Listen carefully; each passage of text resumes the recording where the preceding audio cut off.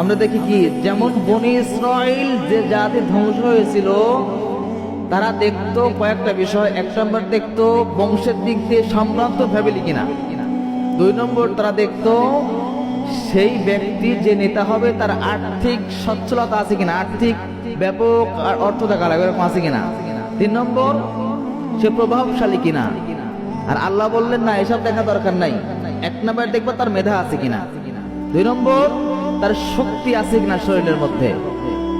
এই দুইটা বিষয়। এখন আমরা যদি এইটা না মানি, এই যে আল্লাহ নির্দেশ দিলেন যে তোমরা এই দুইটা দেখো, অথচ বনি ইসরাইল তারা দেখলো এই দুইটা বাদ দিয়ে দেখলো ক্ষমতা আছে কিনা, সম্ভ্রান্ত ফ্যামিলি কিনা, তার আর্থিক অবস্থা ভালো কিনা, এইগুলা। তো আমরা যদি এইগুলা দেখি, বলেন আমাদের সমাজ ধ্বংস হবে না ভালো হবে? বলেন তো।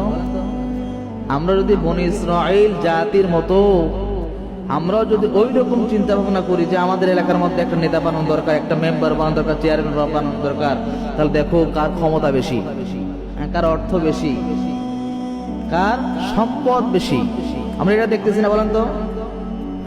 আর এইটা দেখার জন্য এই নেতার দ্বারা কখনো ভালো কিছু আশা করা যায় না, কখনোই সম্ভব না।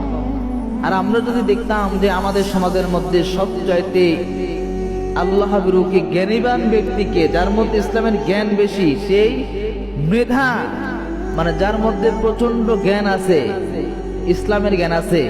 দুই নম্বর তার শরীর স্বাস্থ্য বা শক্তি আছে কিনা। এই দুইটা জিনিস দেখে যদি আমরা বিবেচনা করতাম, বলেন তো আমাদের সমাজ দেশের মধ্যে মদ, জুয়া, এক কথা যত অবৈধ জিনিস এগুলো থাকতো?